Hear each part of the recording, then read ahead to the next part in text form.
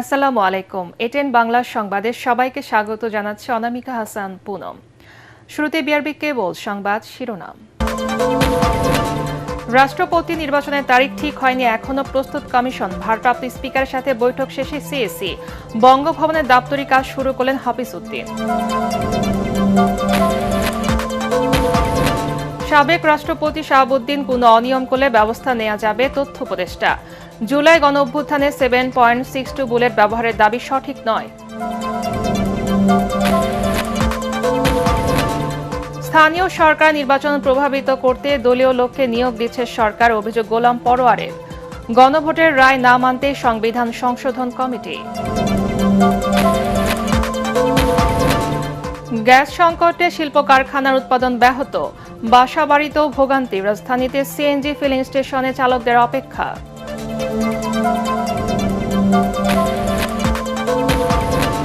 এবং 24-এর এই দিনে নাহিদ, আসিফ সহ 6 ছাত্র সমন্বয়ককে জোর করে আন্দোলন প্রত্যাহারের বিবৃতি আদায়। নেপথ্যে ছিলেন আলোচিত চরিত্র ডিবি হারুন।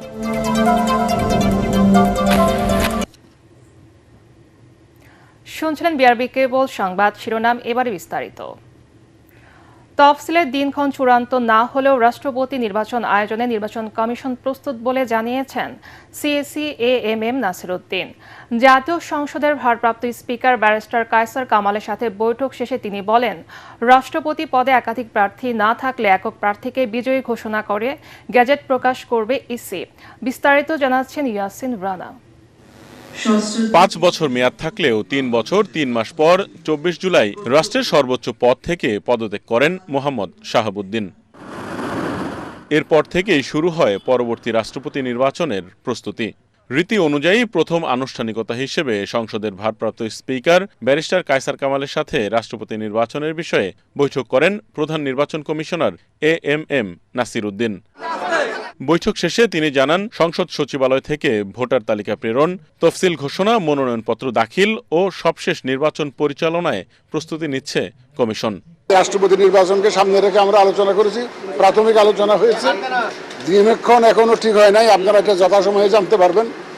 সূর্য উঠলে আপনারা সবাই দেখতে পারবেন। সংবিধানে রাষ্ট্রপতি পদত্যাগের 90 দিনের মধ্যে পরবর্তী রাষ্ট্রপতি নির্বাচনের বাধ্যবাধকতা রয়েছে।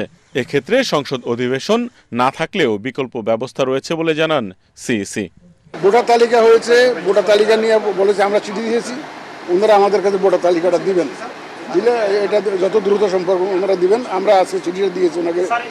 সংসদ থাকলেও অসুবিধা নেই, না থাকলেও অসুবিধা নেই। না থাকলে কিভাবে হবে এটা আইনের মধ্যে বলা আছে।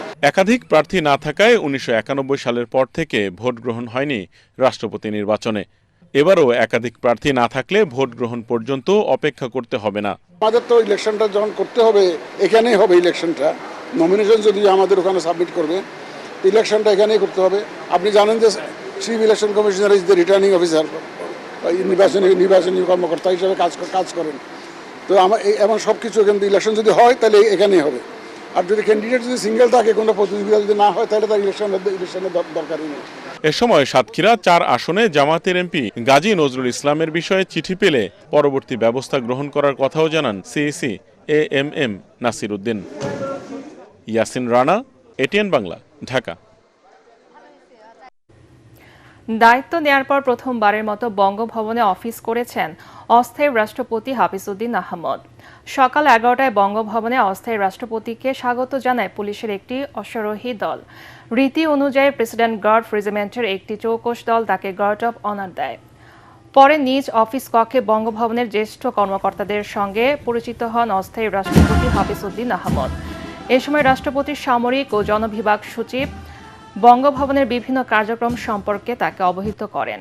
পরে হাফিজ উদ্দিন আহমদ বঙ্গভবনের বিভিন্ন এলাকা পরিদর্শন করেন। গত শুক্রবার মোহাম্মদ শাহাবুদ্দিন রাষ্ট্রপতি পদ থেকে স্বেচ্ছায় পদত্যাগ করলে ভারপ্রাপ্ত রাষ্ট্রপতির দায়িত্ব নেন স্পিকার হাফিজ উদ্দিন আহমদ।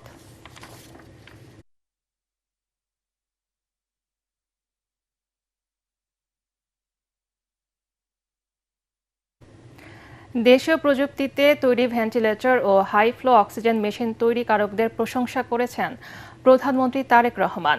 সচিবালয়ে প্রধানমন্ত্রীর কার্যালয়ে এক সভায় এই দুটি মেশিন ব্যবহার উপযোগী ও বাজারজাত করতে সরকারের পক্ষ থেকে প্রয়োজনীয় সব ধরনের সহযোগিতার আশ্বাস দেন তিনি। সভায় সংশ্লিষ্টরা দেশীয় প্রযুক্তিতে তৈরি দুটি চিকিৎসা যন্ত্রের কার্যকারিতা, সম্ভাবনা ও ভবিষ্যৎ পরিকল্পনা তুলে ধরেন। প্রধানমন্ত্রী বলেন, স্বাস্থ্যসেবায় আধুনিক প্রযুক্তির বিকাশে গবেষণা ও উদ্ভাবনকে সর্বোচ্চ গুরুত্ব দিচ্ছে সরকার।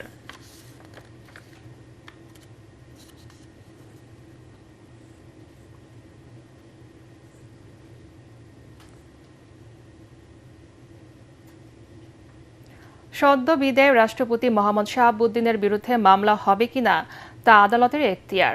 তবে রাষ্ট্রপতি হবার আগে ও পরে কোনো দুর্নীতি, অনিয়ম করে থাকলে ব্যবস্থা নেওয়ার সুযোগ রয়েছে বলে জানিয়েছেন প্রধানমন্ত্রী তথ্য উপদেষ্টা ডক্টর জাহিদুর রহমান। সচিবালয়ে নিয়মিত ব্রিফিংয়ে তিনি বলেন, জুলাই আন্দোলনে স্নাইপার দিয়ে 7.62 মিলিমিটার বুলেট ব্যবহারের অভিযোগ সঠিক নয়। পুলিশের চাইনিজ রাইফেলেই এই বুলেট ছিল। প্রধানমন্ত্রীর তথ্য উপদেষ্টা আরও জানান, টুথপেস্টে ক্ষতিকর মাইক্রোপ্লাস্টিক পাওয়ার বিষয়টি খতিয়ে দেখছে সরকার। রিপোর্টে জানাচ্ছেন মাহবুব কবির চপল। রাষ্ট্রপতি হিসেবে মোহাম্মদ শাহাবুদ্দিনের পথ চলা থেমে গেছে, তবে থামছে না তাকে নিয়ে আলোচনা। সংবিধানের 51 অনুচ্ছেদ তাকে দায়মুক্তি দিলেও অন্তত 3টি মামলার আবেদন হয়েছে তার বিরুদ্ধে। ইসলামী ব্যাংকের শেয়ার কেলেঙ্কারি, জুলাই মানবতাবিরোধী অপরাধ রয়েছে। প্রধানমন্ত্রীর তথ্য উপদেষ্টা জানান, মামলার বিষয়টি আদালতের এখতিয়ার। সংবিধান অনুযায়ী রাষ্ট্রপতি হবার আগে ও পরের অপরাধের বিচার করবার সুযোগ রয়েছে। তার পদে থাকাকালীন সময় কোনো লিগ্যাল ইস্যু ফেস করবেন না রাষ্ট্রপতি। উনি যতদিন পদে আছেন, উনি যখন পদে নেই, সেটা আগে করা ওনার কোন রকম কোনো যদি মিসকন্ডাক্ট, এটা আমি এই রাষ্ট্রপতির কথা বলছি না, এনি প্রেসিডেন্ট আগে করা কোনো বিষয় এবং পরেও যদি কোনো কিছু থেকে থাকে, সেগুলোর জন্য নিশ্চয়ই তার বিরুদ্ধে লিগ্যাল অ্যাকশন নেওয়া যাবে। জুলাই আন্দোলনে শিক্ষার্থীদের উপর স্নাইপার দিয়ে 7.62 বুলেট নিক্ষেপের বিষয়টিকে ভিত্তিহীন মনে করছেন প্রধানমন্ত্রীর তথ্য উপদেষ্টা। বলেন, পুলিশের কাছেই এই গুলির পিস্তল ছিল। একটা চাইনিজ রাইফেল বলে একটা রাইফেল আমরা চিনি, যেটা মিলিটারি গ্রেডের অস্ত্র, পুলিশের হাতে ছিল। এটার বুলেটই 7.62। এটার জন্য স্নাইপার হতে হবে, মানে কোত্থেকে যেন অদ্ভুত সব কথা আসছে। টাইপ 56 রাইফেলের বুলেট কি আপনারা যে কেউ অনলাইনে সার্চ দিয়ে দেখতে পারবেন। ওটা একটা ওয়ার গ্রেড ওয়েপন, ওটা পুলিশের হাতে যাওয়ারই কথা ছিল না। তিনি দাবি করেন, 2018 সালের নির্বাচনে রিটার্নিং কর্মকর্তার দায়িত্ব পালনের কারণে 32 যুগ্ম সচিবকে বাধ্যতামূলক অবসরে পাঠানো হয়নি। ওই নির্বাচন সহ 2008 সালের নির্বাচনেরও তদন্ত হওয়া উচিত বলে মনে করছেন তিনি। বাংলাদেশ যদি 2018 নির্বাচনের ঘটনার বিচার না করে, এটা আসলে খুব খারাপ কথা হয়ে যাবে। এত বড় ক্রাইম বাংলাদেশের ইতিহাসে হয়েছে বলে আমি মনে করি না। সম্প্রতি দেশের 34 ব্র্যান্ডের টুথপেস্টের মধ্যে 26টিতেই ক্ষতিকর মাইক্রোপ্লাস্টিক পাওয়া গেছে। বিষয়টি উদ্বেগজনক জানিয়ে প্রধানমন্ত্রীর তথ্য উপদেষ্টা বলেন, এটা খতিয়ে দেখছে সরকার। একটা সমন্বিত পদক্ষেপ ছাড়া আসলে টুথপেস্ট বা অন্য সবকিছু মানে একটা জায়গায় ব্যবস্থা নিলেই হয়ে যাবে তা না, কিন্তু যেহেতু এগুলো এই পরিমাণ দেখা গেছে, সরকারের সংস্থা আছে, নিশ্চয়ই এই ব্যাপারে ব্যবস্থা নেবে। প্রধানমন্ত্রীর তথ্য উপদেষ্টা জানান, সাগররুনি হত্যাকাণ্ডের তদন্ত জোরালো করতে যাচ্ছে সরকার। সাগররুনি নিয়ে আমি আপনাকে এটা বলতেই চাই যে এটার একটা সুনির্দিষ্ট সঠিক বিচার যদি না হয়, তাহলে তো আসলে বিচার বলে কিছু এক্সিস্ট করে মনে হবে না। মাহবুব কবির চপল, ATN বাংলা, ঢাকা। তীব্র গ্যাস সংকটে নাকাল রাজধানীবাসী। বাসা বাড়িতে জ্বলছে না রান্নার চুলা, সিএনজি ফিলিং স্টেশনগুলোতে যানবাহনের দীর্ঘ সারি। ভুক্তভোগীদের আশা, সরকারের আন্তরিকতায় দ্রুত সংকটের সমাধান হবে।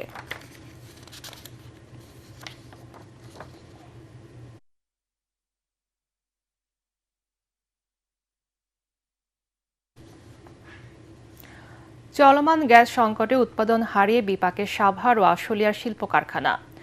দিন বা রাতের অধিকাংশ সময়ে বন্ধ রাখতে হচ্ছে শিল্প প্রতিষ্ঠান। আশুলিয়া থেকে গ্যাস সংকটের খবর জানাতে যুক্ত হচ্ছেন সহকর্মী তরিক ইসলাম। তরিক, শিল্প কারখানাগুলোতে গ্যাস সংকট কেমন দেখছেন, কি বলছেন ভুক্তভোগীরা?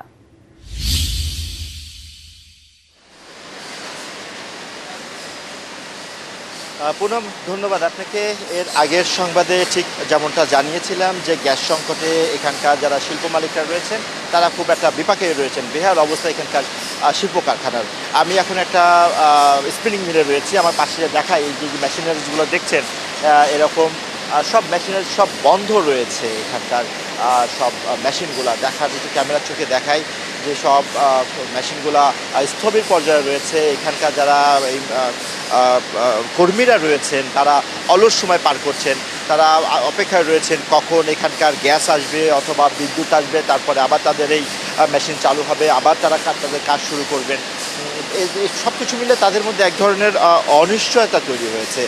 এই শিল্প কারখানার এই ফ্লোরটাতে, এই স্পিনিং মিলের এই ফ্লোরটাতে মোট 11টা এরকম মেশিন রয়েছে, যার মধ্যে শুধুমাত্র একটা মাত্র মেশিন চালু রাখা সম্ভব হয়েছে। আপনাকে একটু ক্যামেরা চোখে দেখাই, এরকম 11টা মেশিনের মধ্যে শুধুমাত্র স্বল্প পরিসরে কিছুক্ষণ আগে বিদ্যুৎ এসেছে, যার ফলে একটা মাত্র মেশিন এখানে চালু রাখা সম্ভব হয়েছে এবং এইটা দিয়েই সীমিত পরিসরে তারা তাদের উৎপাদন কার্যক্রম চালু রেখেছেন। তারা বলছেন যে এখানকার যে 4টা ফ্লোর রয়েছে, 4টা ফ্লোরে এরকম প্রায় শতাধিক মেশিন রয়েছে, যার মধ্যে এই একটা মেশিন তারা চালু রেখে স্বল্প পরিসরে কাজ করছেন এবং এর ফলে তাদের একদিকে উৎপাদন যেমন ব্যাহত হচ্ছে, অন্যদিকে তাদের উৎপাদন খরচও বেড়ে যাচ্ছে। পাশাপাশি তারা এই যে পণ্যগুলো বিক্রি করা বা যথাসময় বিক্রেতার কাছে পৌঁছে দেওয়া, সব কিছু মিলে তাদের মধ্যে এক ধরনের অনিশ্চয়তা তৈরি হয়েছে।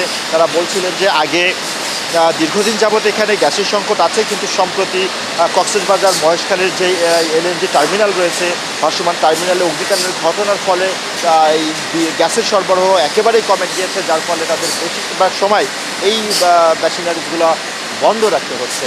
এর ফলে শুধুমাত্র গ্যাস না, এই এলাকায় বিদ্যুতেরও অনেক সংকট রয়েছে, পাশাপাশি যোগাযোগ ব্যবস্থার সমস্যা, নানান কিছু সমস্যা এখানকার ব্যবসায়ীরা রয়েছেন। তারা সরকারের আশু হস্তক্ষেপ কামনা করেছেন। শুধুমাত্র গ্যাস নির্ভরে শিল্প প্রতিষ্ঠান না, আপনাকে জানিয়ে রাখি বাসা বাড়িতেও এই এলাকায় তীব্র সংকট রয়েছে। আমরা আসার সময় দেখেছি সিএনজি যেই স্টেশনগুলো রয়েছে সেখানে দীর্ঘ সারি, কয়েক কিলোমিটার পর্যন্ত আমরা এই সারি দেখেছি। তো আমরা সবার সঙ্গে কথা বলেছি, জানার চেষ্টা করেছি। তারা বলছিলেন যে গ্যাস সংকটে তারা যে একেবারে নাজেহাল অবস্থা, সেটাই তারা আমাদেরকে জানিয়েছেন এবং তারা সরকারের আশু হস্তক্ষেপ কামনা করেছেন যত দ্রুত সম্ভব অন্তত শিল্প কারখানা টিকিয়ে রাখার স্বার্থে যেন বিকল্প উপায় হলেও তাদেরকে এই শিল্প কারখানায় গ্যাস সরবরাহ করা হয়, এমনটাই তাদের প্রত্যাশা।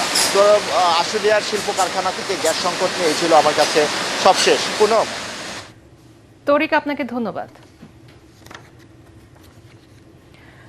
বিএনপি প্রশাসনকে নির্লজ্জভাবে দলীয়করণ করছে বলে অভিযোগ করেছেন জামাত ইসলামীর সেক্রেটারি জেনারেল মিয়া গোলাম পরোয়ার। মগবাজারে আল ফালা মিলনায়তনে সংবাদ সম্মেলনে তিনি এই অভিযোগ করেন। গোলাম পরোয়ার বলেন, সিটি কর্পোরেশন ও জেলা পরিষদের পর এবার গুরুত্বপূর্ণ বিভিন্ন প্রতিষ্ঠানে দলীয় নেতাদের নিয়োগ দিচ্ছে বিএনপি সরকার। একই সাথে নির্বাচন কমিশনকে আজ্ঞাবহ করতে অনৈতিকভাবে পদায়ন করা হচ্ছে। নিরপেক্ষ স্থানীয় সরকার নির্বাচনের স্বার্থে বিতর্কিত নিয়োগগুলো অবিলম্বে বাতিলের দাবি জানান তিনি। জামাতের সেক্রেটারি আরও বলেন, সংবিধান সংস্কার না করে সরকার অবৈধভাবে সংবিধান সংশোধন কমিটি করেছে, যা গণভোটের রায় না মানার পায়তারা। নির্লজ্জভাবে দলীয়করণ, প্রশাসনের বিভিন্ন পদে, সাংবিধানিক পদে, প্রশাসনিক পদে, সংবিধিবদ্ধ পদে, সরকারি বেসরকারি স্বায়ত্তশাসিত, কিভাবে এত অল্প সময়ে ক্ষমতাসীন একটি দল জাতির সাথে কৃত তার অঙ্গীকারকে খেলাফ করতে পারে, ভঙ্গ করতে পারে, আপনারাও তার সাক্ষী আছেন এবং সরকারকে এই অপরিণামদর্শী পথ থেকে ফিরে আসার জন্য আমরা আহ্বান জানাব। সংবিধান সংস্কার পরিষদের রাষ্ট্রপতির আদেশকে অ্যাভয়েড করে, আইন ভঙ্গ করে পার্লামেন্টে অন্যায়ভাবে সংবিধান সংস্কার না করে সংশোধনের নামে একটা প্রহসনের পরিকল্পনা তারা করছে। আন্তর্জাতিক অপরাধ ট্রাইব্যুনাল আইনকে চ্যালেঞ্জ করে এর বিলুপ্তি চেয়ে দায়ের করা রিট খারিজ করেছেন হাইকোর্ট। সকালে বিচারপতি খিজির আহমেদ চৌধুরী ও বিচারপতি রেজাউল হকের হাইকোর্ট বেঞ্চ রিটের শুনানি শেষে তা খারিজ করে দেন। শুনানিতে অংশ নেন রিটকারী আইনজীবী মহসিন রশিদ এবং রাষ্ট্রপক্ষের attorney general barrister Ruhul Quddus Kajal. শুনানিতে রিটকারী আইনজীবী আন্তর্জাতিক অপরাধ ট্রাইব্যুনালে আইনকে জুডিশিয়াল মার্ডার আখ্যা দিয়ে ভবিষ্যতে এই আইনের অপব্যবহার হতে পারে বলে একে বিলুপ্তির আর্জি জানান। তবে রাষ্ট্রপক্ষের অ্যাটর্নি জেনারেল বলেন, সংবিধান অনুযায়ী আইসিটি আইনকে চ্যালেঞ্জ করার সুযোগ নেই। হাইকোর্টের রিট আবেদনটি খারিজ হলেও এর বিরুদ্ধে আপিল করবেন বলে জানিয়েছেন আইনজীবী মহসিন রশিদ। ট্রাইব্যুনালটা করা হয়েছিল একমাত্র পাকিস্তানি 195 প্রিজনার্স অফ ওয়ারদের জন্য। আমি কোর্টকে বলেছি যে আপনি শেখ হাসিনার ট্রায়াল করেন, যার করেন, আপনি নতুন ট্রাইব্যুনাল করেন, এই জিনিসগুলি সেখানে আনেন, কিন্তু যে কাজের জন্য এটা ছিল এই কাজটা আর করতে পারবেন না। বাজারে ২৬টি টুথপেস্টে মাইক্রোপ্লাস্টিকের উপস্থিতি তদন্তে ৩ সদস্যের বিশেষজ্ঞ কমিটি গঠনের নির্দেশ দিয়েছেন হাইকোর্ট। আগামী ১৫ দিনের মধ্যে এই কমিটিকে আদালতে তদন্ত প্রতিবেদন জমা দিতে বলা হয়েছে। সুপ্রিম কোর্টের আইনজীবী অ্যাডভোকেট মোহাম্মদ আবদুল্লাহ আল মামুনের করা রিটের প্রেক্ষিতে বিচারপতি খিজির আহমেদ চৌধুরী ও বিচারপতি মোহাম্মদ জিয়াউল হকের হাইকোর্ট বেঞ্চ এই আদেশ দেন। রিটকারী আইনজীবী জানান, দেশের বাজারে বিক্রিত ৩৪টি টুথপেস্টের নমুনার মধ্যে ২৬টিতে মাইক্রোপ্লাস্টিকের উপস্থিতি ধরা পড়ে সাম্প্রতিক এক গবেষণায়। প্রতি ১০০ গ্রাম টুথপেস্টে ২০ থেকে ৩২০টি পর্যন্ত মাইক্রোপ্লাস্টিকের কণা পাওয়া গেছে।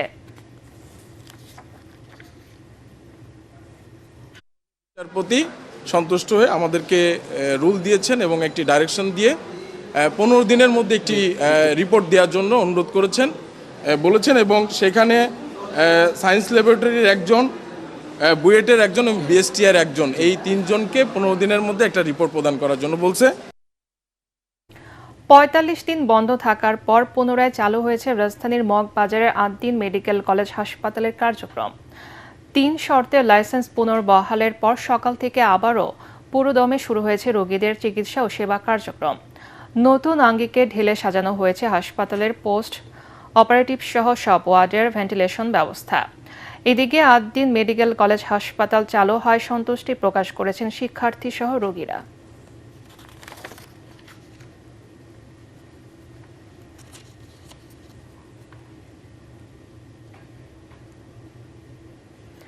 এবারে রক্তাক্ত জুলাই নিয়ে আমাদের বিশেষ আয়োজন।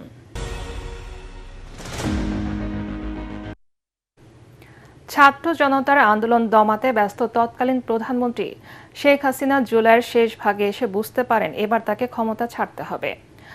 সবশেষ চাল হিসেবে নাহিদ আসিফ সহ 6 ছাত্র সমন্বয়কের কাছ থেকে জোর করে আন্দোলন প্রত্যাহারের বিবৃতি আদায় করে তা প্রচার করা হয়, যা নেপথ্যে ছিলেন ওই সময়কার আলোচিত চরিত্র ডিবি হারুন।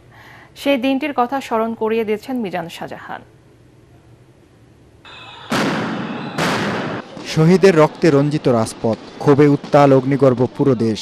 28 জুলাই 2024 গণগ্রেপ্তার, গুম, খুনের মধ্যে আসে নতুন এক ঘোষণা।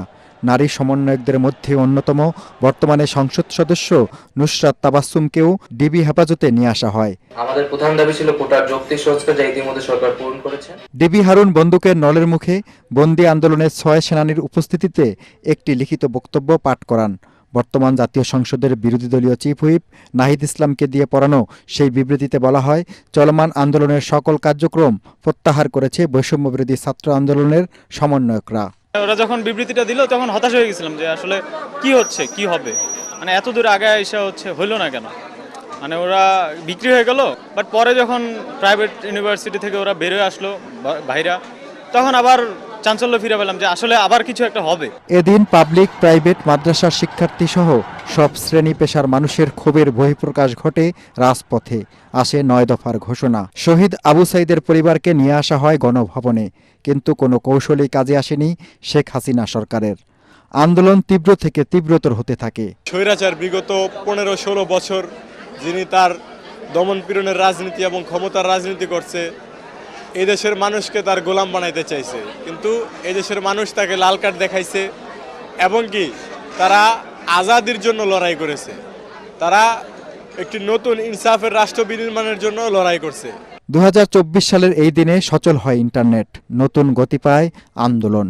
মিজান শাহজাহান, এটিএন বাংলা, ঢাকা। কক্সবাজারের টেকনাফের সাবেক পৌর কাউন্সিলর ইকরামুল হক হত্যার সাথে জড়িত থাকার অভিযোগে ব্রিগেডিয়ার জেনারেল মিফতাউদ্দিন আহমেদকে সেনা হেফাজতে নেওয়া হয়েছে। সোমবার রাতে আন্তঃবাহিনী জনসংযোগ পরিদপ্তর আইএসপিআর এ তথ্য নিশ্চিত করেছে। প্রচলিত আইন অনুযায়ী তার বিরুদ্ধে পরবর্তী ব্যবস্থা গ্রহণ করা হচ্ছে। সেই সময়ে ব্রিগেডিয়ার জেনারেল মিফতাউদ্দিন র্যাব 7-এর অধিনায়কের দায়িত্বে ছিলেন। এই ঘটনায় করা মানবতা বিরোধী অপরাধের মামলায় গত রোববার আন্তর্জাতিক অপরাধ ট্রাইব্যুনালে আনুষ্ঠানিক অভিযোগ দাখিল করে রাষ্ট্রপক্ষ। ওই মামলায় ক্ষমতাচ্যুত প্রধানমন্ত্রী শেখ হাসিনা সহ 11 জনকে আসামি করা হয়। আসামিদের তালিকায় মিফতাউদ্দিন আহমেদ রয়েছেন। পতিত স্বৈরাচার সরকারের মনোনীত এজেন্সিগুলো সরকারের হজ ব্যবস্থাপনায় বিশৃঙ্খলা তৈরির চেষ্টা করছে বলে অভিযোগ করেছেন Hajj agencies association of Bangladesh HAAB. রাজধানীর পল্টনের সংবাদ সম্মেলনে এই কথা বলেন সংগঠনের নেতারা। ফেসবুক সহ অন্যান্য সামাজিক যোগাযোগ মাধ্যমে লোভনীয় ও আকর্ষণীয় বিজ্ঞাপন দিয়ে লাইসেন্সবিহীন বিভিন্ন ব্যক্তি ও সংস্থা এবং বিভিন্ন সেলিব্রিটি ও বিশিষ্ট ব্যক্তিদের ব্যক্তিগত ইমেজ ব্যবহার করে অনৈতিকভাবে হজযাত্রী সংগ্রহ করছেন। এই বিষয়ে ধর্ম মন্ত্রণালয়কে ব্যবস্থা নেয়ার আহ্বান জানায় হাব। তাদের যে লুটপাটের এখানে রাজত্ব ছিল, বিমান ভাড়ার নামে তারা যে লুটপাট করেছে সেগুলো থেকে বেরিয়ে আসায় তারা এটি সহ্য করতে না পেরে তাদের মনোনীত এজেন্টের মাধ্যমে একটি ভুয়া ইস্যু দিয়ে হজ ব্যবস্থাপনা বিশৃঙ্খলা তৈরির একটা পায়তারা তারা করছেন। এটি সরকার অবশ্যই বিবেচনায় নেবেন। সৌদি পর্বে বা বাংলাদেশ পর্বে কোনো সিন্ডিকেশনের সুযোগ নেই। হাব কখনো সিন্ডিকেটকে সমর্থন করে না। সদস্যদের মধ্যে বিভ্রান্তি তৈরির চেষ্টা চলছে। এটি সেই পতিত স্বৈরাচারী সরকারের লোকজনের ইন্ধনে হচ্ছে। পুলিশের গাড়ি ভাঙচুর ও সরকারি কাজে বাধা দেওয়ার অভিযোগে নারায়ণগঞ্জ সদর থানার দায়ের করা মামলায় আদালতে হাজিরা দিয়েছেন সাবেক মেয়র ডাক্তার সেলিনা হায়াত আইভি। বেলা 11টায় নারায়ণগঞ্জের অতিরিক্ত chief judicial magistrate Mohammad Nurul Huda চৌধুরীর আদালতে তিনি হাজিরা দেন। আইভির আইনজীবী অ্যাডভোকেট আওলাদ হোসেন জানান, আজ মামলার শুনানি অনুষ্ঠিত হয়েছে। এ সময় আসামি শারীরিকভাবে অসুস্থ থাকা এবং সার্বিক পরিস্থিতি বিবেচনায় ফৌজদারি কার্যবিধির 205 ধারায় আসামির পরিবর্তে আইনজীবীর হাজিরার আবেদন করা হয়। পূর্ণাঙ্গ শুনানি শেষে আদালত আবেদনটি মঞ্জুর করেন। ফলে চার্জশিট দাখিল ও মামলাটি সংশ্লিষ্ট আদালতে স্থানান্তর হওয়ার আগ পর্যন্ত আসামির পরিবর্তে আইনজীবী আদালতে হাজিরা দিবেন। তবে বিচার কাজ শুরু হলে এবং সাক্ষ্য গ্রহণের সময় আসামিকে আদালতের সশরীরে উপস্থিত হতে হবে। হাজিরা দেওয়ার সময় নিজেকে নির্দোষ দাবি করেন সেলিনা হায়াত আইভি। হত্যার বিরুদ্ধে, অত্যাচারের বিরুদ্ধে, জুলুমের বিরুদ্ধে, আর আজকে আমি কি অপরাধী? তো যাই হোক, এটার বিচার আল্লাহ আছে, আমার নানুবাসী আছে, তারা দেখবে। বাংলাদেশ মালয়েশিয়ার যৌথ উদ্যোগে শিক্ষা, দক্ষতা ও কর্মসংস্থান নিয়ে ঢাকা ক্লাবে সেমিনারের আয়োজন করে চিটাগাং ইন্ডিপেন্ডেন্ট ইউনিভার্সিটি। অনুষ্ঠানে পররাষ্ট্র প্রতিমন্ত্রী শামা ওবায়েদ বলেন, দক্ষ মানব সম্পদ তৈরিতে কারিগরি শিক্ষার উপর গুরুত্ব দিচ্ছে সরকার। এ বিষয়ে প্রশিক্ষণ বাড়াতে বিভিন্ন প্রতিষ্ঠান গড়ে তোলা হচ্ছে। মালয়েশিয়াকে বাংলাদেশের উন্নয়নের আস্থাশীল অংশীদার বলেও উল্লেখ করেন পররাষ্ট্র প্রতিমন্ত্রী। সেমিনারে স্বাগত বক্তব্য রাখেন চিটাগাং ইন্ডিপেন্ডেন্ট ইউনিভার্সিটির বোর্ড অব ট্রাস্টির সদস্য এবং একাডেমিয়া ইন্ডাস্ট্রি পার্টনারশিপ কমিটির আহ্বায়ক সৈয়দ মাহমুদুল হক। এতে কূটনীতিক, জ্যেষ্ঠ সরকারি কর্মকর্তা, বিশ্ববিদ্যালয়ের উপাচার্য, শিল্প খাতের প্রতিনিধিরা উপস্থিত ছিলেন। The Ministry of Foreign Affairs stands ready to extend the necessary support to constructive initiatives that further strengthen Bangladesh-Malaysia cooperation in education, skills development and human resource development. এবারে পূবালী ব্যাংক বাণিজ্য সংবাদ।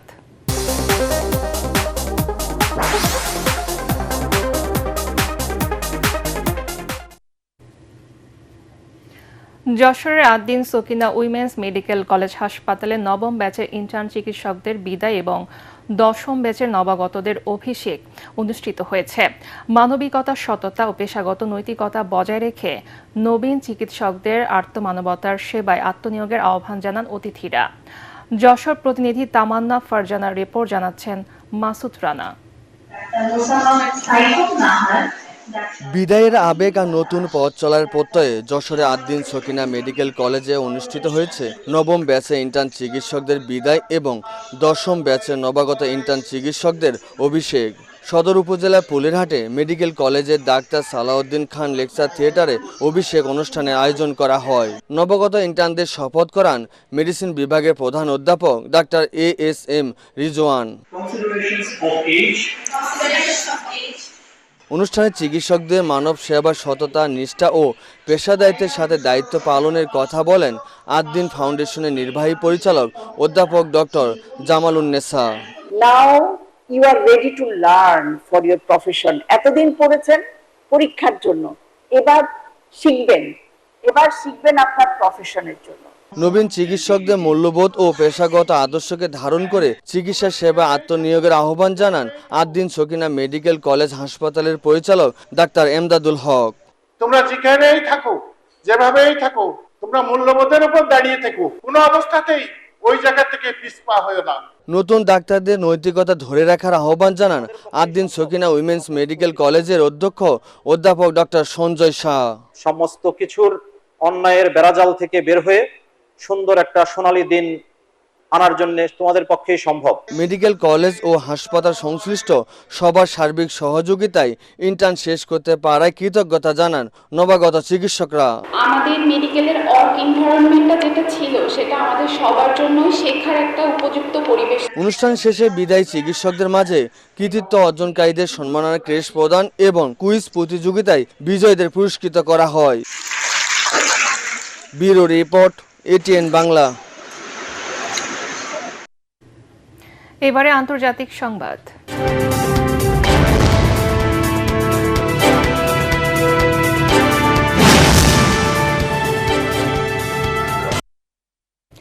যুক্তরাষ্ট্র ও ইরানের মধ্যে টানা তৃতীয় দিনের মতো সংঘাত বন্ধ থাকায় আবারও শান্তি আলোচনার সম্ভাবনা দেখা দিয়েছে।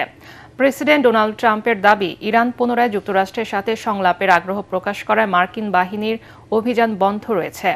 মার্কিন প্রেসিডেন্টের জন্য বরাদ্দ সরকারি বিমান এয়ারফোর্স ওয়ানে সাংবাদিকদের ট্রাম্প বলেন, চুক্তি না হলে আবারও আগের কঠোর অবস্থানে ফিরে যাবে যুক্তরাষ্ট্র।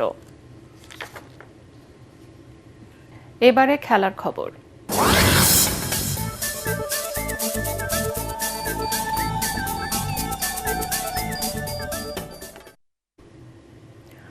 দর্শক ভোটে 2026 ফিফা বিশ্বকাপের সেরা গোলের পুরস্কার জিতে ইতিহাস গড়েছেন কেপ ভার্দের midfielder Sidney Lopez Cabral.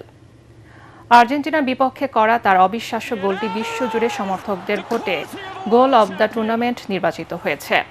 মায়ামিতে round of 32 এর রোমাঞ্চকর ম্যাচে আর্জেন্টিনার মুখোমুখি হয়েছিল বিশ্বকাপে অভিষেক হওয়া কেপ ভার্দে। অতিরিক্ত সময় দূরপাল্লার দুর্দান্ত বাঁকানো শটে আর্জেন্টিনার গোলরক্ষককে পরাস্ত করে ম্যাচে 2-2 সমতা ফেরান লোপেজ কাব্রাল। শেষ পর্যন্ত আর্জেন্টিনা 3-2 ব্যবধানে ম্যাচটি জিতলেও কাব্রালের সেই অনবদ্য গোলটি বিশ্বকাপের অন্যতম স্মরণীয় মুহূর্ত হয়ে ওঠে। এর আগে গোল অব দ্য টুর্নামেন্টের রাউন্ড অব 32 পর্বের ভোটেও সেরা হয়েছিল এই গোলটি।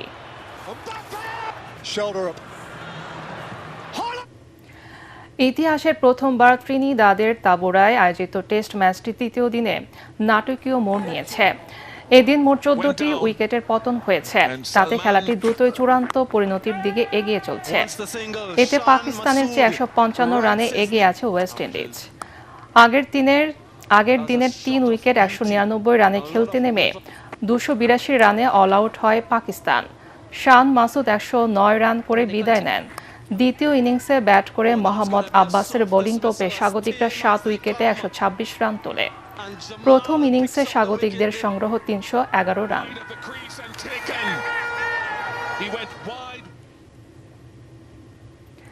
শেষ করার আগে বিআরবি কেবল সংবাদ শিরোনাম আরেকবার। রাষ্ট্রপতি নির্বাচনের তারিখ ঠিক হয়নি এখনো, প্রস্তুত কমিশন। ভারপ্রাপ্ত স্পিকারের সাথে বৈঠক শেষে সিএসি। বঙ্গভবনের দাপ্তরিক কাজ শুরু করলেন হাফিজ উদ্দিন। সাবেক রাষ্ট্রপতি শাহাবুদ্দিন কোনো অনিয়ম করলে ব্যবস্থা নেওয়া যাবে, তথ্য উপদেষ্টা। জুলাই গণঅভ্যুত্থানে স্নাইপারের মাধ্যমে 7.62 বুলেট ব্যবহারের দাবি সঠিক নয়। স্থানীয় সরকার নির্বাচন প্রভাবিত করতে দলীয় লোককে নিয়োগ দিচ্ছে সরকার, অভিযোগ গোলাম পরোয়ারের। গণভোটের রায় না মানতে সংবিধান সংশোধন কমিটি। গ্যাস সংকটে শিল্প কারখানার উৎপাদন ব্যাহত, বাসা বাড়িতেও ভোগান্তি। রাজধানীতে সিএনজি ফিলিং স্টেশনে চালকদের অপেক্ষা।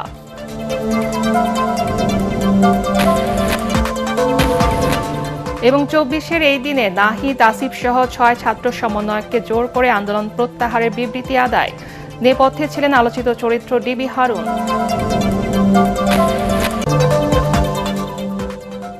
পরবর্তী সংবাদ দেখার আমন্ত্রণ জানিয়ে এখনকার মতো শেষ করছি।